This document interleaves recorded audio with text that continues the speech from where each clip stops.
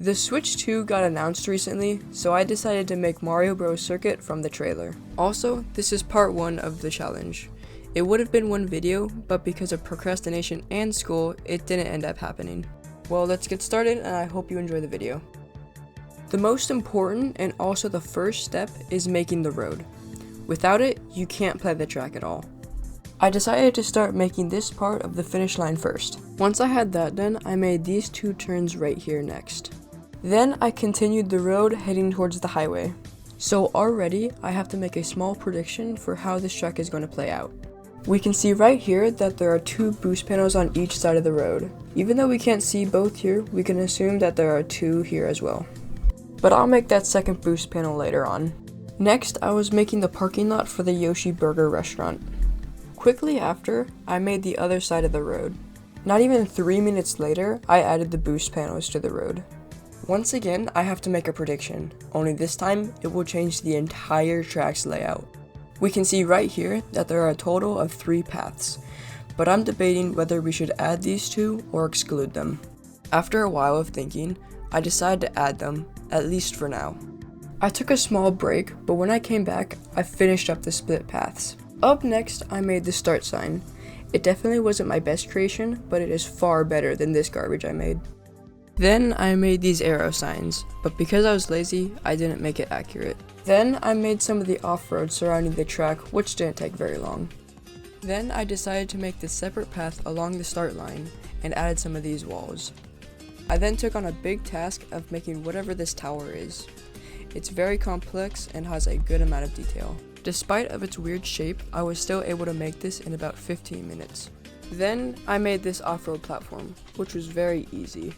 Unfortunately, I did forget to record this part, but I started making this building, and for this car, I decided to rip a model straight from the game and putting it right here. Next, I made these 5 props, which was very easy because they're just rectangles.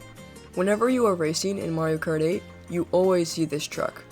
Well, they're still here in Mario Kart 9, so I'm adding it. Our track is starting to look a little empty and gray, so I added some textures. I decided to remove these 2 paths because they were so much longer than the middle path. It wouldn't be worth it at all taking these paths. Once again, I have to make a decision that will change the entire track's layout. I decided to just kind of go with the flow and make my way around back to the start line. Seeing what is going to be the entire track, I thought it came out well, but we are not done yet. For the next 20 minutes, I was just working on UV editing, and it didn't even turn out well. Then I continued constructing this building, but I didn't end up finishing it. Then I replaced these arrow signs to save on triangles. Then I made this diner sign right here. I found this texture in Toad's factory, which was very easy to export from. Once I exported it, I was able to bring it into Photopea and change the colors to green and red. Next, I made the staircase area over here, which wasn't much of a challenge. Then I gathered all of Daisy Circuit's wall ads and then put them here. Then I made this diner, which was surprisingly easy because the shapes were simple. Then I grabbed this texture from Mushroom Gorge and recolored it to look like it has sand on it.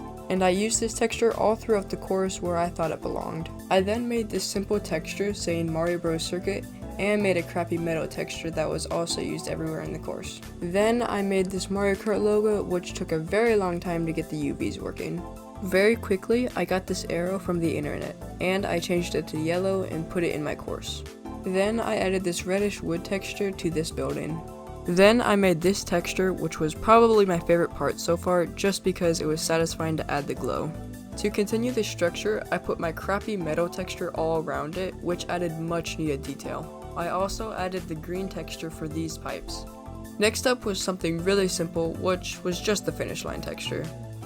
Approaching the end here, I made the diner sign, made another arrow, and last but not least, I put the boost panel texture on, well, the boost panels. Sorry for the short video, but part 2 will be coming out sometime, hopefully before the Switch 2 release.